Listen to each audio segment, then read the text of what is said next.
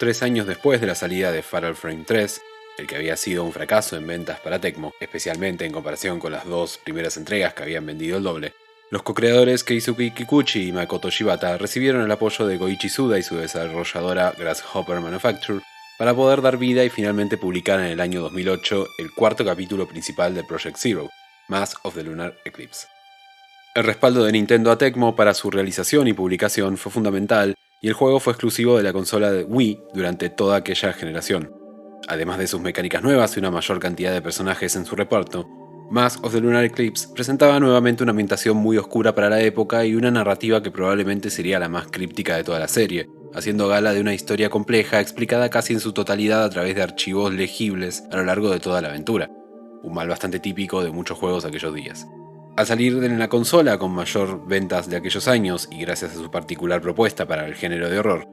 la cuarta entrega principal volvió a arrojar un índice de ventas más que aceptable para Tecmo, lo que llevó 4 años más tarde a Koei Tecmo, la nueva empresa resultante de la unión de estas dos compañías, a publicar un remake de Project Zero 2, nuevamente en exclusiva para la consola de Nintendo y un spin-off para Nintendo 3DS, en un intento de hacer resurgir a la serie. En este video se analizarán en profundidad los intersticios de este cuarto capítulo de la serie de Project Zero, el que probablemente sea el juego más complejo y ambicioso de los 5 principales y que originalmente vio la luz solo en tierras japonesas, dejando imposibilitado al público occidental de disfrutar de este título oficialmente hasta muchos años más tarde. Decisión extraña, pero entendible, a la luz de los argumentos sumamente enrevesados y los mensajes subrepticios para el público nipón que pueden encontrarse aquí.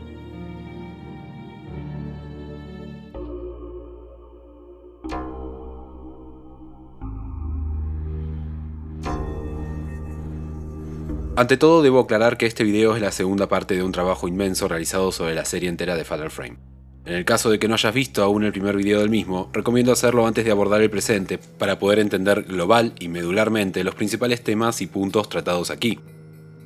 En aquella primera parte se explica en profundidad no solo cada uno de los temas más importantes de los 3 primeros juegos en concreto, sino también sus argumentos y el porqué de muchos de los elementos más reiterados en ellos. El punto crucial de aquel video es demostrar cómo cada pieza principal que constituye a Fatal Frame, especialmente los fantasmas, como así también los lugares que albergan historias dramáticas, pueden ser entendidos como fragmentos y espacios sociales de la memoria colectiva asociados a tragedias pasadas. Los demás componentes que conforman a estos títulos son dispuestos siempre al servicio de este tópico medular, y sus funciones resultan más que evidentes a la luz del mismo. Paralelamente, es necesario entender cómo este discurso se emite desde una lógica tradicional japonesa manifiesta, impregnándolo así de sentidos propios y arrojándonos de esta forma explicaciones rotundas sobre elementos tales como la cámara oscura, los rituales de cada una de estas obras o los distintos diacríticos sagrados y profanos fundamentales para el lore de esta serie, entre muchos otros. De esta manera, a través de esta cosmovisión religiosa japonesa entrecruzada con el aspecto social que le da un sentido profundo a esta serie, se nos presentan argumentos que nos cuestionan sobre nuestras relaciones con los demás, nuestras emociones y pesares más básicos, y sobre el sentido de la vida y la muerte. Este segundo video se ha pensado como parte indisociable de aquel primero, por lo tanto se seguirá la misma línea de todo aquello resaltado allí. Ergo, no se volverán a explicar ciertas cuestiones ya aclaradas para poder aprovechar este espacio con el juego que aquí nos compete.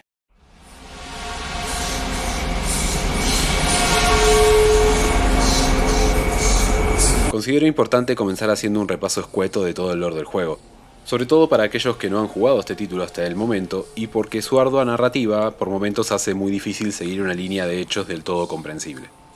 La historia de Mask of the Lunar Eclipse gira alrededor del caso de 5 chicas adolescentes y su pasado en la isla Rougetsu.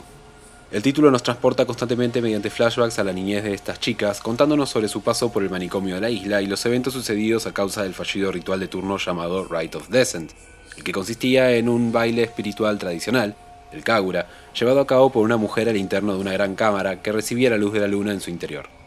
Alrededor de esta mujer principal se encontraban 5 niñas más pequeñas que tocaban distintos instrumentos como acompañamiento y soporte espiritual del ritual, que serían más tarde aquellas encomendadas como los personajes principales a los que seguir el rastro en el juego.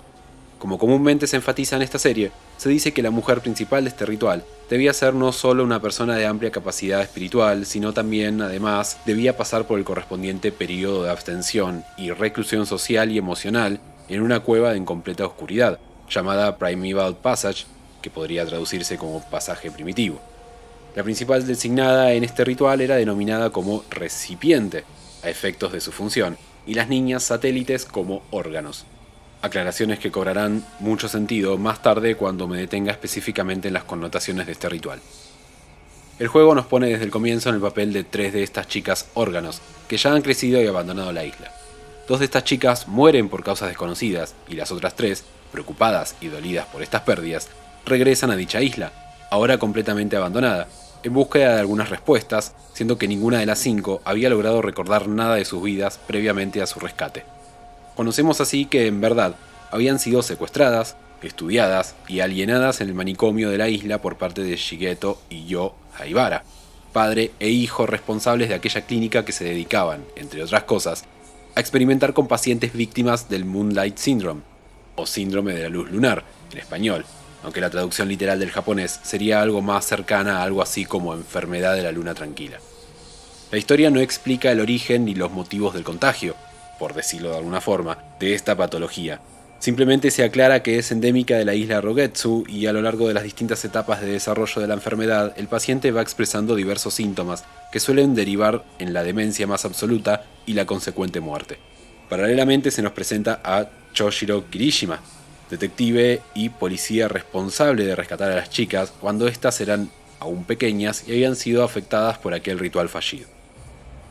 Cuando este título salió en el 2008, se aclaró por parte de sus creadores que el tema principal aquí se establecía entre la luna, la memoria y las máscaras. Tomando estos 3 elementos preponderantes, creo que hay una idea medular bastante evidente, que además deja completamente de manifiesto los argumentos más relevantes de este juego. Me refiero a la idea de lo oculto. No es lo desconocido, ni lo siniestro, ni lo malvado, ni lo traumático, ni tampoco necesariamente lo raro o extraño. Lo oculto puede ser algo ya conocido pero silenciado, algo familiar pero encubierto, algo potencialmente visible pero enmascarado. Lo oculto es aquello que se vislumbra y que probablemente ya se conozca o se presuponga, pero no se llega a revelar del todo, generando siempre una tensión en suspenso. La luna tiene su propio lado oscuro, y en este juego además actúa como símbolo elemental de una buena parte del argumento, tanto a través de sus distintas fases, como cuando queda encubierta por el eclipse. La memoria también es siempre selectiva de alguna forma y disimula, niega o reserva en nuestro inconsciente vivencias, imágenes, sensaciones, experiencias o percepciones de nuestras vidas. Las máscaras esconden los rostros y expresiones de sus portadores, silenciando a los humanos debajo de ellas para dejar vivir y dar paso a los avatares que ellas representan. Todo aquello que se mantiene secreto y oculto es siempre causante de fascinación, ansias y terror por igual. Y de igual forma funciona para el jugador. Este ya sabe más o menos los posibles horrores que se encontrarán en este juego. Los fantasmas no son del todo una sorpresa, pero el principal reto y aliciente se encuentra en la historia a reconstruir, en tratar de atar las decenas de cabos sueltos para entender qué ha pasado en esa isla y con esas chicas, ya que la narrativa compleja tan característica de esta serie, aquella que mejor han definido alguna vez como arqueológica, aquí se encuentra en su mayor exponente, ocultando constantemente información al jugador y dejando siempre en tensión una buena parte de las posibles explicaciones, aun cuando llegamos a poder ver correr los créditos al final de la obra. Pero este no es el único motivo por el que todo aquello que se oculta tiene una importancia tan vital en una obra como Mask of the Lunar Eclipse. Hay aquí también una muy importante decisión estética que transmite su propio mensaje de la mano de todo el resto del título. Este mensaje es el de la importancia y belleza de la oscuridad para la idea más tradicionalista japonesa, la idea de que la verdadera belleza, la vitalidad y esencia de todas las cosas se esconden en las penumbras, en las sombras al resguardo de la luz. Para graficar de manera bien clara esta idea, considero oportuno recuperar como ejemplo la relevancia e impacto que ha tenido en los últimos 100 años el ensayo de Shunichiro Tanizaki, denominado El elogio de la sombra, sobre las corrientes e ideas más conservadoras de la sociedad japonesa. Esta obra refleja a la perfección, a través del acto reflexivo del escritor, la importancia del concepto de la oscuridad a lo largo del desarrollo artístico y los modos de vida japoneses.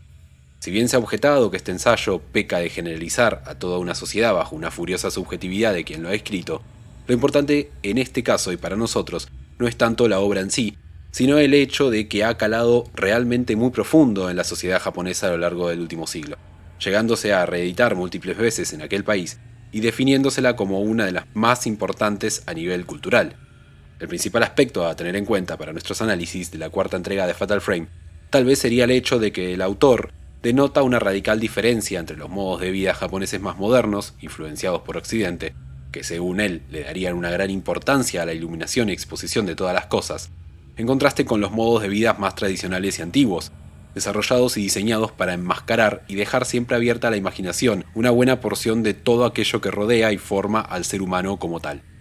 A partir de este ensayo, se ha dirigido incontable cantidad de veces este argumento como uno de los principales a la hora de definir estética y conceptualmente a lo japonés, intentando justificar de la forma más esencialista aquello que podría ser una delimitación distintiva de los gustos y propiedades inherentemente niponas.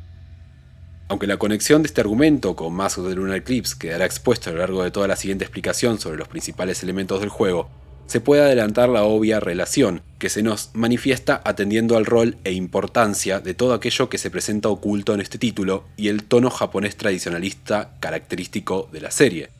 Fatal Frame nunca procuró disimular sus mensajes mítico-religiosos nipones, y es muy fácil ver representadas muchas proyecciones del imaginario social y el sentido común de aquella sociedad en estos juegos, ideas ampliamente ya desarrolladas en el anterior video de este canal. Y en este punto debo volver a insistir, si aún no lo vieron, les recomiendo que lo hagan. Así podemos ver cómo todos estos atributos sobre lo oculto y lo enmascarado de este juego en verdad están reflejando una postura y una mirada autoral muy clara y firme, en este caso de marcado tinte tradicionalista. En pocas palabras, estamos hablando de una impronta autoral encargada de sostener distintas decisiones argumentales y estéticas. Considerando esta característica como el factor más importante de este juego, y retomando los tres elementos principales, es decir, la luna, la memoria y las máscaras, como aquellos que impulsan el motor del mismo, comienza a ser más fácil trazar un hilo conductor a través de esta entrega. Para empezar, la luna aquí juega el rol principal de puerta al infierno, o puerta al Yomi, que suele ser un factor medular en cada uno de los títulos de esta serie. Esta puerta al infierno queda expuesta y se abre gracias al Rite of Descent, o ritual de descenso en español, llevando a cabo durante determinado eclipse lunar en el que los rayos de luz proyectados en los contornos de la luna dibujan una apertura al mismísimo Yomi en la superficie del mar. El juego insiste en la importancia del folclore y mitología local de la ficticia isla Rogetsu, explicándonos cómo se basa fundamentalmente la luna y todas sus simbologías. Según la misma, el sol representa la forma superficial de las cosas, mientras que la luna su cara interna. Aquí ya podemos comenzar a vislumbrar claramente cómo emergen las influencias de las ideas de Shunichiro Tanisaki. La luna representa los aspectos más profundos del ser humano, como la memoria, la personalidad y el alma. La oscuridad que rodea a la luna y a todo aquello que es reflejado por su luz en la Tierra, e incluso la luna misma, que no se deja ver por completo, es la representación más fiel de todo aquello que se encuentra en tensión aquí. La historia que desconocemos de los protagonistas y de la isla, las reconstrucciones que debemos armar a lo largo de la historia como jugadores, encuentra su gracia en lo oculto, en lo que se asoma solo de atrasos, en la penumbra y la oscuridad que envuelve a la isla. Por otro lado, se nos cuenta que, según el folclore de la isla del juego, siendo que el alma es representada por la luna y ambas se conectan al país de los muertos una vez que el cuerpo terrenal muere, la luna es tanto un símbolo de este otro mundo, así como una puerta a él. Durante el Kagura y el famoso ritual de descenso, las almas de los muertos vuelven al mundo terrenal. Si el ritual se llevase a cabo correctamente, las mismas retornarían al Underworld. En cambio, si el proceso ritual falla, se entiende que aquella puerta al Yomi quedaría abierta, condenando a la isla a ser la anfitriona de las almas en pena de todos sus muertos, manteniéndose suspendida en una especie de lapsus maldito. Aquí se denota nuevamente el discurso sobre la importancia vital del ritual como dispositivo de constitución de la colectividad, tanto para aquellos vivos sobre la Tierra como para su relación con los muertos. La continuidad de esta comunidad se afirma y depende del ritual que se nos muestra en el juego. Conclusión que fácilmente podemos inferir atendiendo al hecho particular en el que queda la isla cada vez que el ritual de descenso falla. Esta lógica ritualística de apoyarse en la importancia del ritual para la reproducción y cuidado del orden social es la misma que se reafirma en cada una de las entregas de esta serie, y otro elemento típico más de cómo la cosmología japonesa se expresa en estas historias. Otro referente clave de este juego, a tener en cuenta en relación a la luna, es la presencia latente del dios de la luna sintoísta Tsukuyomi.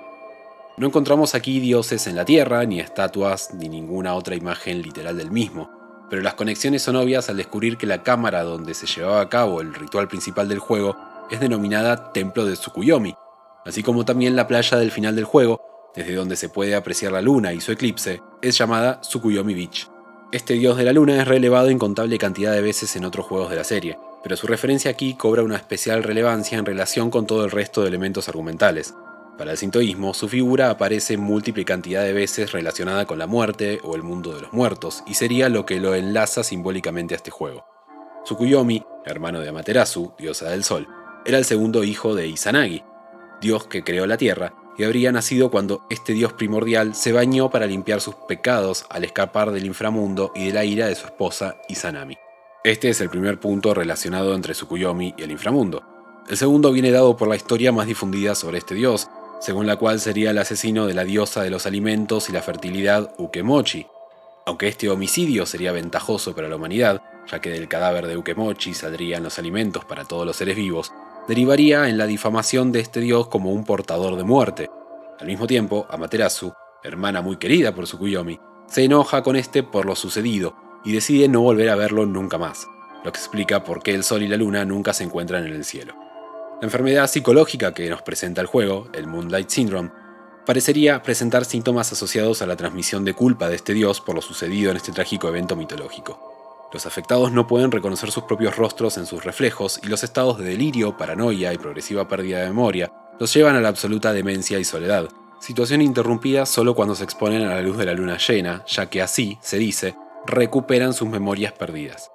Siendo que la luz de la luna es en verdad una proyección de la luz del sol que rebota en este satélite natural, se podría entender que esta enfermedad actúa como metáfora del dolor que sentiría el dios de la luna por lo sucedido, el dolor que le causaría la imposibilidad de reencontrarse con su hermana Amaterasu y sus memorias precedentes a su delito. Además, el ritual de descenso guarda relación con la naturaleza divina de Tsukuyomi, ya que el baile Kagura que se debe llevar a cabo en el mismo lleva el mismo nombre que la danza mítica que llevaban a cabo los dioses delante de la cueva en la que Amaterasu decide encerrarse según cuenta su relato en el Kojiki. Finalmente podemos ver también cómo juega un papel preponderante cierto juego de palabras sumamente sugerentes. El nombre de esta deidad sintoísta es una conjunción de palabras japonesas. Tsuku significa luna, mientras que Yomi cuenta con dos posibles acepciones como son relatar o inframundo, en relación a aquella especie de infierno sintoísta. Esta coincidencia no ha pasado nunca desapercibida a las referencias a este dios, y son muchas las veces que lo encontramos representado como un dios oscuro, asesino o acarreador de muerte. Por otro lado, encontramos las infinitas capas de problematización de la memoria en este juego. Podrían tocarse incontable cantidad de tensiones registradas alrededor del tema de la memoria en Mask of the Lunar Eclipse, como aquella ligada a experiencias sensoriales, especialmente a los sentidos de la audición y la visión, la memoria traumática y las memorias genealógicas y familiares, que también suelen estar presentes, pero algo encubiertas en todos estos títulos. Aunque todos estos temas podrían explotarse tranquilamente gracias al lore del juego, este video no puede ser eterno, así que buscaré relevar los puntos que más sobresalen aquí y que tienen mayor incidencia en la historia principal. El antropólogo francés Charles Gandeau, en su famoso libro Antropología de la Memoria, hace una diferenciación muy gráfica entre la memoria y la historia que puede sernos muy útil para pensar cómo se construyen ambas en este juego. Este autor sostiene que ambas son representaciones del pasado, pero la historia tiene como objetivo la exactitud de la representación, en tanto que lo único que pretende la memoria es ser verosímil. Si la historia apunta a aclarar lo mejor posible el pasado, la memoria busca, más bien, instaurarlo. La historia busca revelar las formas del pasado, la memoria las modela, un poco como lo hace la tradición. La preocupación de la primera es poner orden, la segunda está atravesada por el desorden de la pasión, de las emociones y de los afectos. Esto está presente a lo largo de todo el juego, ya que a través de la narrativa de reconstrucción arqueológica característica de la serie, logramos ser testigos en ciertas circunstancias de este título de muchas contradicciones existentes entre ciertas representaciones arbitrarias que se hacen a algunos de sus personajes y la historia que se les impone al reconstruir los eventos sucedidos en la isla y las instalaciones del manicomio. A propósito de esto, podemos ver cómo Ruka Minatsuki sufre a lo largo de todo el título por entender y decodificar tanto su propia niñez en la isla como a la figura de su padre muerto, a causa del relato tendencioso sobre su vida que le habría dado su madre, una de las pocas personas que se habrían escapado vivas a tiempo de la isla, cuando se habría reencontrado con su hija luego de su rescate.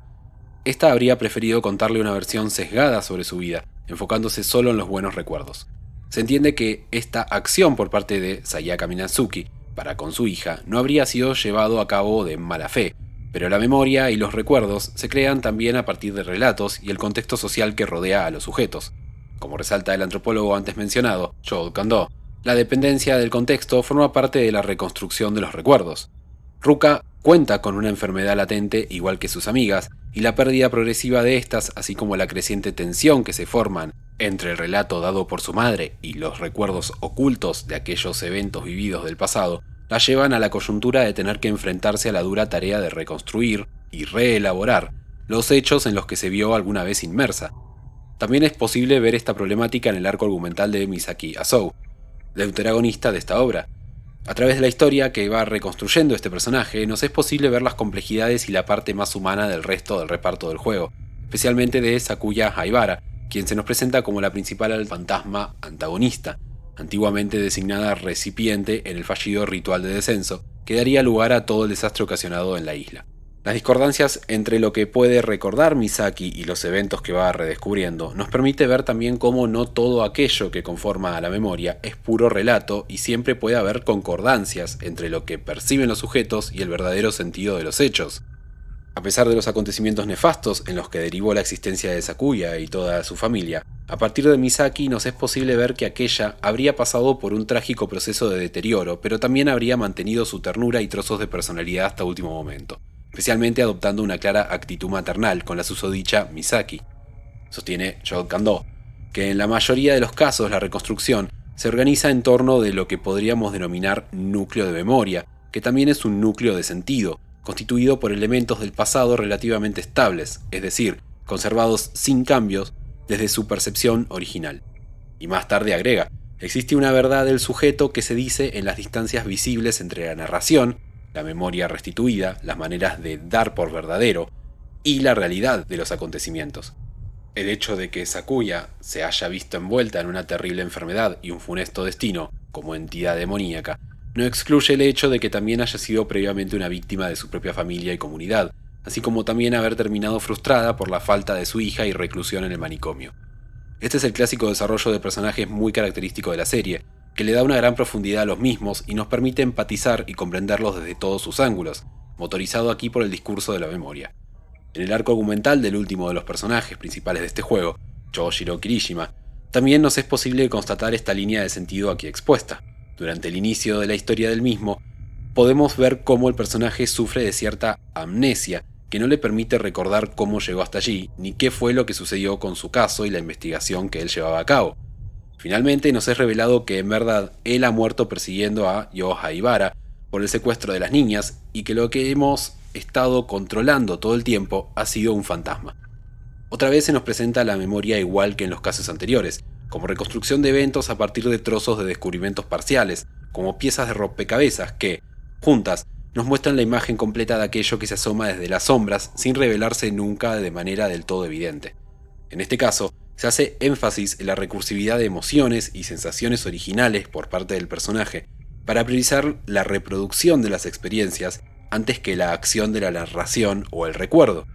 El antropólogo antes mencionado sostiene que la reconstrucción de los recuerdos no es solo una actividad de narración, ni significa la ausencia total de reproducción. El núcleo de memoria, núcleo de sentido, permite que la memoria siempre guarde, tanto consciente como inconscientemente, elementos percibidos de forma objetiva, por decirlo de algún modo, no filtrados por nuestro relato o preferencia subjetiva, que conforman ese núcleo de sentido, que potencialmente podría ser expuesto atendiendo siempre a cualquier relato de recuerdo.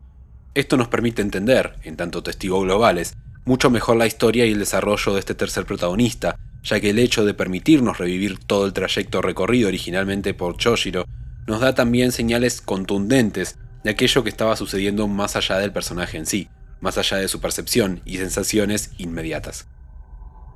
Pero el tema de la memoria excede en este juego a la reconstrucción individual de cada protagonista y se nos vuelve a presentar alrededor de otros focos argumentales más. Uno de ellos podría ser los lugares de memoria, que cobran gran relevancia para la reconstrucción de los recuerdos y sensaciones de los personajes. Estas localizaciones son espacios en donde la memoria ya ha trabajado y dejado una gran carga simbólica y sentimental asociada a tal lugar. Son lugares sobresaturados de sentido, por decirlo de alguna forma. A medida que pasa el tiempo, en estos sitios se enraizan significados importantes para la memoria, lo que termina otorgándole a aquel lugar un halo de misticismo y trascendencia en la vida de las personas. En palabras de Joel Condot, estos son los lugares que pertenecen a la memoria, que son producto de ella, que vienen de ella. son los lugares en los que la memoria se encarna. Este pequeño concepto se complementa con la definición principal de los fantasmas aquí tratada y previamente desarrollada en el video anterior, que los define como fenómeno dado por la fuerza emocional, asignada a relatos y espacios donde se han sucedido eventos trágicos, donde el marco social se expresa de forma emotiva directamente sobre los sujetos que se adentran en estos sitios. Esto nos permite interpretar de manera categórica todas las localizaciones relevantes en donde tienen lugar todos estos juegos y por supuesto también la isla Rogetsu y todos los espacios que encontramos en Mask of the Lunar Eclipse, especialmente el manicomio, la cueva interna, el templo donde se llevaba a cabo el ritual, etc. La particularidad de este juego que lo diferencia de los anteriores hasta aquí es que la isla y todos estos espacios ya albergaron alguna vez a los protagonistas de esta historia. En anteriores títulos de la serie, el énfasis se ponía en localizaciones saturadas de cargas emotivas, pero ajenas a las protagonistas de los juegos, con excepción tal vez de los fragmentos de Fatal Frame 3 que se desenvolvían en el departamento de Rei Kurosawa. Aquí, en cambio, encontramos que la memoria de los personajes se recrea activamente en estos espacios porque ya son conocidos por ellos, ya han pasado momentos muy significativos y las huellas que les han dejado los hace partícipes de aquellos relatos trágicos que reconstruyen esos mismos sitios. Así también vemos cómo la memoria permea el tópico de la relación de los individuos con los muertos, la importancia de los ritos en honor al alma de los fallecidos, cercanos y mantener sus presencias vivas a través de la memoria de sus seres queridos es otro de los temas connotados más recurrentes de la serie, y aquí lo vemos plasmado en ejemplos como las amigas fallecidas de Ruka y Misaki, sus familiares, Sakuya, y especialmente en la última escena del supuesto final canónico bueno. Pero incluso es posible también entender que los mismos fenómenos fantasmales, las presencias sufrientes que podemos ver a lo largo de todo el juego, son expresiones manifiestas de este mismo ángulo de la memoria. Sostiene el antropólogo ya mencionado que si bien cuando se produce una bocanada de memoria, esta implica el deseo del sujeto, solo puede expandirse en el tejido de las imágenes y del lenguaje propuesto por el grupo. Es decir, la memoria es permeada con sentidos y significados establecidos por el contexto social sincrónico del sujeto. Y, en efecto, lo que viven y experimentan Ruka y Misaki a lo largo de este título tiene más que ver con sensaciones y emotividades cristalizadas por los individuos que dejaron sus presencias allí. Ellas reconstruyen sus historias y moldean sus memorias en línea tanto con el nuevo contexto de decadencia que encuentran en la isla, como en sintonía con los nuevos datos y revelaciones de las que se enteran, ya sea por los fantasmas, los cientos de documentos repartidos en el juego, o eventos específicos que les desencadenan sensaciones o recuerdos reprimidos. Es el marco social haciendo de agente casi en tiempo real sobre los individuos, representado aquí en forma de tragedia dramática de fantasmas. Queda patente, además, a través de las influencias ejercidas mediante los recuerdos latentes de los personajes, quienes han formado parte en el pasado de aquellas historias que pueden reconstruir, a diferencia de los juegos anteriores, y sienten el peso de haber sido víctimas de todo aquel contexto. Como señala Joel Kondo, el hombre desnudo no existe, ya que no hay individuo que no lleve el peso de su propia memoria sin que esté mezclada con la de la sociedad a la que pertenece. Otro punto nodal relacionado con la memoria en este juego es todo aquello que gira en torno al ritual y la tradición. Y en este punto resulta sumamente interesante ver cómo es aprovechada muy bien la tensión que se establece al observar el lado opuesto al concepto de memoria, la otra cara de la moneda que en este caso es el olvido. Como resalta Joel Kondo, los olvidos son siempre vacíos llenos de algo, es decir, el olvido es tanto una censura de parte de los sujetos como también puede ser una carta de triunfo que le permita a la persona o al grupo construir o restaurar una imagen de ellos mismos globalmente satisfactoria. El mejor ejemplo para este caso lo encontramos en este juego mismo, en la ironía trágica que recubre tanto la familia Haibara como el artesano principal de las máscaras, Soya Yomotsuki, padre de la protagonista Ruka Minatsuki. Cuenta el lore de este título que tanto padre como hijo Haibara, dirigentes del manicomio y figuras importantes de la isla Rogetsu, habrían trabajado exhaustivamente para dar con algún tratamiento efectivo contra el Moonlight Syndrome, con el objetivo de encontrar una cura para la afectada Sakuya Haibara, hija de Shigeto Haibara y hermana de Yo Haibara, y quien más tarde terminaría siendo centro neurálgico de la última gran tragedia que se cobraría la vida de toda la isla. Estas pruebas e investigaciones llevadas adelante por Shigeto y Yo, y en muchos casos de forma muy poco o para nada éticas, culminarían en las conclusiones de que la única forma viable de poder terminar con dicha patología era llevando a cabo de forma efectiva el antiguo Rite of Descent. Dicha ceremonia, según cuenta el juego, habría sido renombrada como Rogetsu Kaura, luego de que se sucediera el primer Day of Tranquility, o Día Tranquilo, posiblemente en español. Es decir, luego de la primera vez que ocurrieran los mismos efectos y eventos fatales que podemos presenciar durante este juego, pero aparentemente mucho tiempo antes. Más tarde, el Rogetsu Kagura habría mantenido solo la importancia del baile como evento folclórico local, habiendo mutado así en un ritual más leve en formas y expresiones, no tan apegado a las configuraciones originales. Así, por los demás ambiciosos Haibara, junto con un obsesivo Soya Yomotsuki, logran resucitar el Rite of Descent en sus formas originales, aunque fallando en el camino en aspectos esenciales, como en el estado en el que debían encontrarse las participantes principales del ritual, tanto los órganos como el recipiente, o los materiales prohibidos para la realización de las máscaras del ritual. Esto decanta en el golpe de ironía más grande de este juego,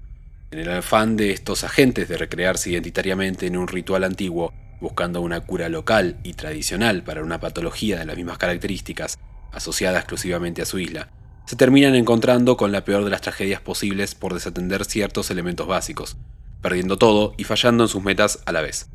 Este caso refleja efectivamente una búsqueda de reivindicación identitaria por parte de estos personajes secundarios, utilizando el ritual y las formas de culto arcaicas al mismo tiempo como emblema y solución locales.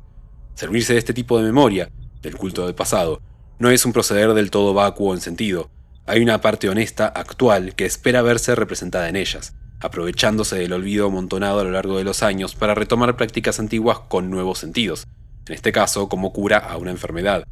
El problema de esto radica siempre cuando se malinterpretan aquellas viejas costumbres, se caen en fundamentalismos identitarios o, como en este caso, se olvidan los errores del pasado.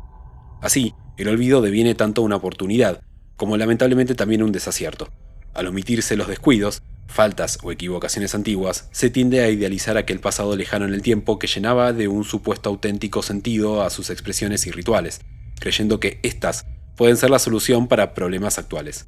Se cae, así, en la acepción del olvido que señaló alguna vez Lévi-Strauss, diciendo que olvidar es no poder decirse a uno mismo lo que uno debería haber podido decirse.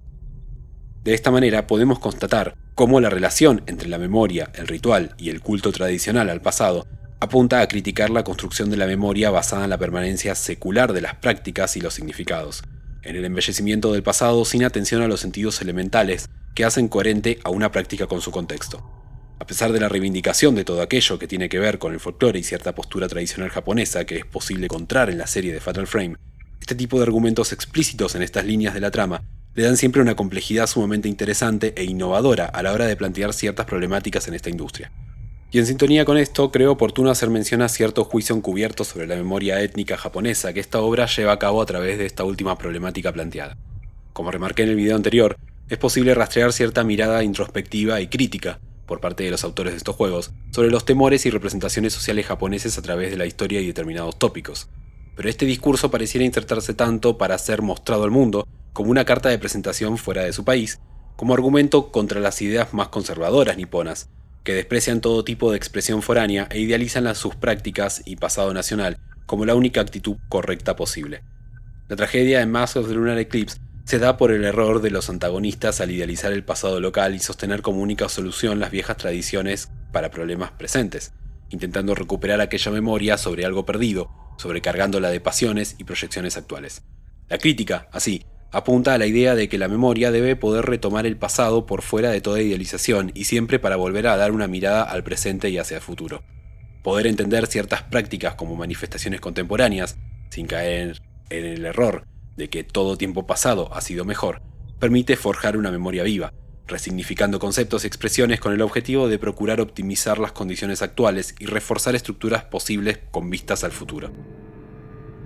Como último tema sobresaliente resaltado para este juego encontramos el papel que cumplen las máscaras. Las mismas aquí son obvias representaciones de espíritus o, como sucede en el caso de la máscara principal del juego, posiblemente de la deidad Tsukuyomi. Las máscaras actúan de proxy, conectando el mundo terrenal de los vivos con el underworld de los muertos, siendo la máscara principal el nexo fundamental y el baile Kagura el dispositivo que activa el enlace. Estas no son interpretaciones subjetivas de vuestro servidor, sino explicaciones que se dan a través de distintos archivos repartidos en todo el juego, como las notas del profesor Aso o en los documentos del artesano Soya Yomotsuki. Ahora bien, los avatares que representan estas máscaras exceden todo tipo de límites performáticos, sobresaturando la actuación de las mujeres involucradas en el ritual y rompiendo la pared invisible que separa ambos mundos incompatibles. Por un lado, y de la forma más simplista, podríamos interpretar esto en sintonía con la sociología planteada por Erving Goffman, de acuerdo a la cual toda actitud performática, y probablemente todo encuentro e interacción posible entre humanos, se llevaría a cabo con el objetivo principal de influir de algún modo sobre los demás. El Rite of Descent, así, cabría dentro de la categorización de actuación ceremonial tradicionalista que logra sugestionar a todo el entorno y a su público, con el poder suficiente como para exceder incluso a los espectadores más inmediatos. Pero creo que aquí se intenta introducir una cuestión más compleja relacionada con la identidad y subjetividad, posiblemente canibalizadas por la presión social. El principal y más reiterado síntoma entre los afectados por la maldición de Moonlight Syndrome suelen representar tanto cierta demencia progresiva en relación con la propia subjetividad, como una imposibilidad de reconocer su propia imagen en los reflejos, llegando al punto, en estadios avanzados, de ni siquiera poder reconocer a los demás afectados como él. Cuando el ritual falla y se desencadena lo que llama blossoming, a partir del quiebre de la máscara principal y la subsiguiente destrucción del rostro de su portador, ya sea efectiva o simbólicamente hablando, se termina perdiendo todo tipo de rastro psíquico del sujeto y hasta la vida de la persona. Como se mencionó previamente, creo que aquí ejerce cierta influencia dramática la analogía del mito de Tsukuyomi, pero el hecho de que la persona sea aplastada por la presión ejercida entre sus obligaciones sociales terrenales y la verdad trascendental de la existencia del más allá vivida en carne propia, habla de un exceso de coerción inabarcable impuesto sobre los individuos, en este caso sobre las mujeres responsables a la cabeza del ritual. Incluso desde una perspectiva muy simplista, es posible llegar a esta misma conclusión, entendiendo que todo el destino de la isla y las relaciones entre vivos y muertos recaen sobre las espaldas de estas mujeres. Así, nos es posible ver cómo, más allá de cualquier posibilidad de establecer relaciones simbólicas o semejanzas entre las máscaras de este título y las utilizadas en cualquier actividad performática real, como ya se ha mencionado en relación a las máscaras del primer juego en el video anterior, lo importante, en este caso, reside en sus funciones de canal intermedio por el que se establecen opresiones de todo tipo. Opresiones profesionales, opresiones simbólicas, opresiones sociales y hasta opresiones divinas. Si las máscaras permiten a los sujetos modificar identidades o establecer nuevos tipos a efectos sociales, también acarrean dificultades y contrariedades, al punto de llegar a representar la perdición para los individuos que las utilizan, representar la mismísima vía que conduce a las puertas del infierno. Hasta aquí nos es posible delimitar los principales temas de Mask of the Lunar Eclipse y el sentido que se les da a cada uno de ellos. Es necesario reiterar, además, que este gran argumento sigue estableciéndose, igual que en las entregas anteriores, estrechamente en sintonía con la problemática de la relación de la muerte. Tanto el discurso que se erige alrededor del concepto lunar, como las distintas caras que adquiere el tema de la memoria y las connotaciones asociadas a las máscaras, todo se entrelaza con el mundo de los muertos y las relaciones de los vivos con los espíritus de aquellos, ya sea a partir de las conexiones rituales, como del mantenimiento de una vía de respeto y comunicación con la memoria de aquellos que ya no se encuentran en el plano terrenal.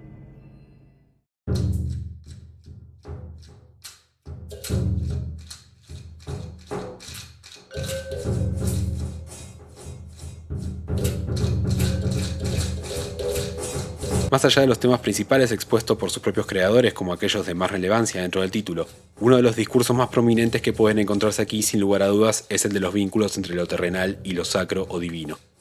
Mientras se repite cierta pauta al respecto similar a entregas anteriores, en esta considero que además se hace presente una muy clara analogía con la relación existente entre Japón y sus divinidades locales. Para comprender correctamente esta interrelación, creo necesario introducir un concepto muy potente al respecto: lo luminoso.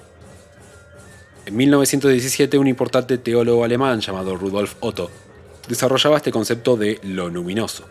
En su libro Lo santo, lo racional y lo irracional en la idea de Dios, dicho autor se explaya a través de más de 200 páginas para darle forma a este concepto que nos permite decodificar la lógica filosófica detrás de las creencias y pensamientos religiosos. Sería sumamente complejo abordar correctamente este concepto aquí, así que me limitaré a sintetizar lo más importante que viene al caso. Según Otto, lo luminoso se define de acuerdo al sentimiento de omnipotencia, inaccesibilidad absoluta, grandilocuencia incontenible que genera la presencia de lo sagrado o divino y su experiencia por parte del ser humano. Es decir, la experimentación que siente el humano frente a la fuerza inabarcable, la comparecencia de una existencia trascendental más allá de los límites mortales, el misterio absoluto que genera la presencia de eventos místicos inexplicables, todas aquellas sensaciones serían lo luminoso. Esta experimentación de cara a los fundamentos más básicos de lo divino generan a su vez un sentimiento de criatura, entre comillas, como lo definiría Otto, en el cual el ser humano se autorreconoce ínfimo e impotente frente a aquella sacralidad prepotente que lo excede en todo sentido. Así, lo luminoso hace referencia a un estado de situación en el que el ser humano identifica su existencia como subsumida y dependiente de poderes que trascienden su plano terrenal banal. Esto podría complejizarse muchísimo más, pero como elemento primario para analizar la lógica religiosa, nos servirá para reconocer este discurso de Mask of the Lunar Eclipse, que pone de relieve cierta cosmología identitaria japonesa. El juego nos cuenta sobre una isla con creencias míticas y folclóricas particulares distintas al resto de la región. La relación endémica que se nos presenta entre la isla y la deidad lunar, potencialmente Tsukuyomi, es decir, entre la isla y aquella sacralidad divina, es claramente una analogía entre Japón y las divinidades sintoístas. El archipiélago, a pesar de su reducido tamaño en comparación con el resto del continente asiático, especialmente China, país que, se dice, podría ser cuna milenaria de un gran porcentaje de las creencias más tarde readaptadas en Japón, ha promulgado como estandarte fundamental de su identidad su sistema mítico y religioso sintoísta diverso del resto del continente, desde hace ya muchos siglos. Las divinidades locales y sus mitos son intransferibles a otras partes del mundo, y se sostiene frente a viento y marea que el archipiélago japonés sería el único espacio en donde habitan y han labrado sus historias aquellas presencias sagradas trascendentales. Aún hoy en día, es condición sine qua non ser descendiente de sangre japonesa y habitar en aquel país para ingresar a estudiar o trabajar en los templos sintoístas, así como también es imposible practicar como se debe esta religión fuera de tierras niponas, siendo que no existen santuarios ni estructuras de dicho tipo en ninguna otra parte del mundo.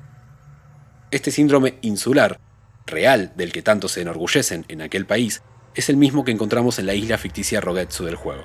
Se nos explica una y otra vez cómo aquel ritual tan importante para la isla, las vías de relacionarse con los espíritus y las deidades que entablan relaciones con los sujetos locales, son propias solos de aquel lugar, intransmisibles a otros sitios. Esta manera de identificar las presencias divinas de forma absoluta pero contradictoria es la misma que encontramos de forma verídica en Japón, mientras se reflejan como verdades luminosas absolutas que exceden a la terrenalidad banal. Se deja siempre en tensión, y nunca del todo explícita, la idea de que es una característica particular, una relación solo posible de ser entablada dentro de los límites geográficos de aquella isla, no en cualquier otra parte del mundo. Paralelamente, la existencia de aquellos seres divinos se hace innegable a través de la experimentación de fenómenos que trascienden y golpean al plano terrenal. Mediante ritos apoyados en creencias míticas, que sustentan las relaciones de los vivos con los dioses y los muertos, al ser humano común y corriente le es posible ser testigo de toda aquella energía sacra omnipotente. Le es posible experimentar, en otras palabras, lo luminoso. En el juego, esta demostración de lo sagrado para el ser humano no es necesariamente benigna ni perfecta. Al contrario, puede causar estragos y efectos devastadores, ya que es una prueba incontestable sobre la inferioridad de su existencia en comparación con aquellas manifestaciones que lo exceden en tiempos, potencias y espacios. Ahora bien, además de la apropiación local insular de este conocimiento trascendental, se nos presenta también el segundo filtro de la fe.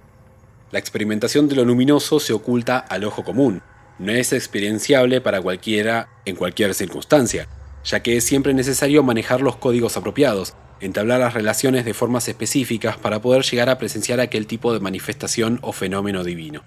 Es excluyente no solo encontrarse en la isla, sino también en un momento determinado y bajo condiciones rituales precisas para poder alcanzar tal epifanía.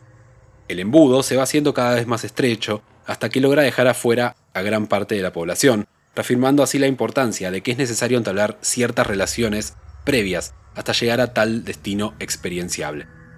Esas relaciones no son solo eventuales, no pueden ser del todo forzadas, sino que deben construirse a partir de la creencia efectiva en aquellos mitos e historias. Se debe tener la convicción de que existen fenómenos que trascienden al simple plano terrenal, a lo constatable de forma física inmediata y a la existencia humana mortal.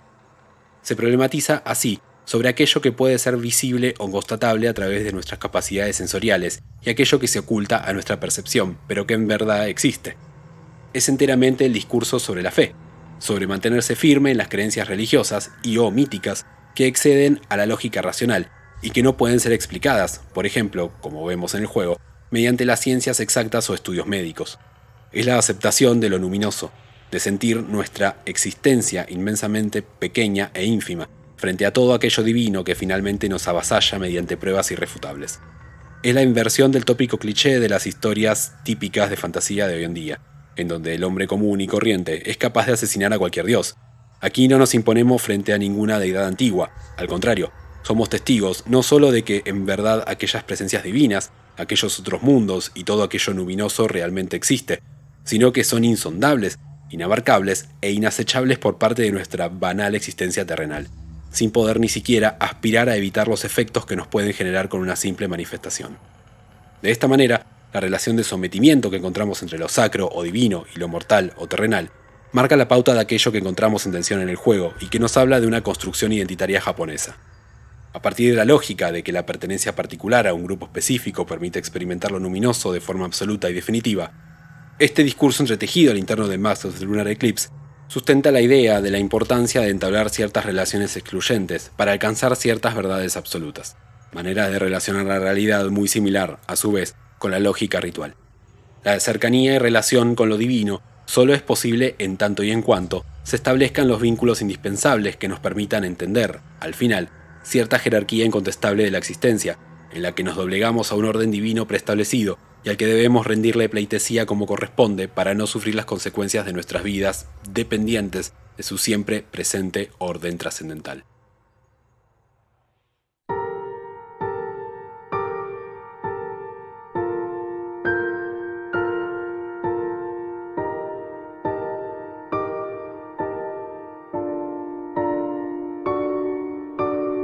Las escenas finales del juego condensan todos aquellos sentidos recapitulados en este video. Lo oculto, la luna, la memoria siempre presente, las máscaras, la insondable realidad de lo luminoso, todo se ve representado de alguna u otra forma en la siempre evidente manifestación de la muerte y el traspaso entre el mundo de los vivos y los muertos. El eclipse declara que, a pesar de que el otro mundo no pueda verse, que lo fantástico o mitológico no puedan ser presenciados de forma directa, no quiere decir que no exista, lo cual, dicho sea de paso, también guarda relación con la importancia del doctorazo y su cámara oscura. Por esto el ritual dado en el momento del eclipse funciona de punto nodal articulador que acerca al mundo de los muertos y los espíritus, el Hallowed Realm, el infierno budista, el Yomi, ocultos a simple vista mortal, al mundo material y mundano. Lo luminoso se hace presente e innegable a través del canal natural de la luna. La memoria reactualiza una vez más la impotencia de la existencia del ser humano frente a las realidades que lo exceden, despojándolo de contenciones emocionales. Y las máscaras personifican la imagen certera de todo ese sufrimiento perpetuado por el dolor que oprime a un ser mortal que solo puede sentirse vulnerable. Este núcleo argumental es probablemente el más difícil de hacer llegar al gran público contemporáneo, ya que el escepticismo y el cinismo social actual no permiten la introspección necesaria del individuo común de hoy en día, como para ponerse en lugar de extrema vulnerabilidad y compromiso afectivo a la vez. Reconocerse finito e impotente no son tópicos que puedan prosperar con el discurso hegemónico individualista de hoy. Probablemente este haya sido la característica que relegó a este juego a la exclusividad japonesa en sus días de lanzamiento original, además de los evidentes mensajes cosmológicos y religiosos mucho más digeribles claramente para aquel público que para el promedio occidental. Las elaboradas historias dramáticas de los personajes de este juego terminan dirigiendo su mirada hacia los terrenos de la fe y tensiones existencialistas que alejan a este título de tópicos fáciles y accesibles, definiéndola así muy posiblemente como la entrega más ambiciosa de toda la serie hasta el momento, con una de las historias más complejas del medio hasta hoy en día. Si te gustó el video, el contenido, el abordaje o la temática, podés dejar algún comentario, darle like y suscribirte, ya que el feedback nunca viene mal y aún me encuentro trabajando en muchos otros videos, así como el tercer capítulo de la serie de Fatal Frame. Te aconsejo una vez más que no olvides pasarte por el primer video dedicado a Project Zero, si aún no lo has hecho, ya que la última parte dedicada a Maiden of Blackwater condensará conceptos ya tocados en este como en aquel video. Muchas gracias por llegar hasta acá y adiós.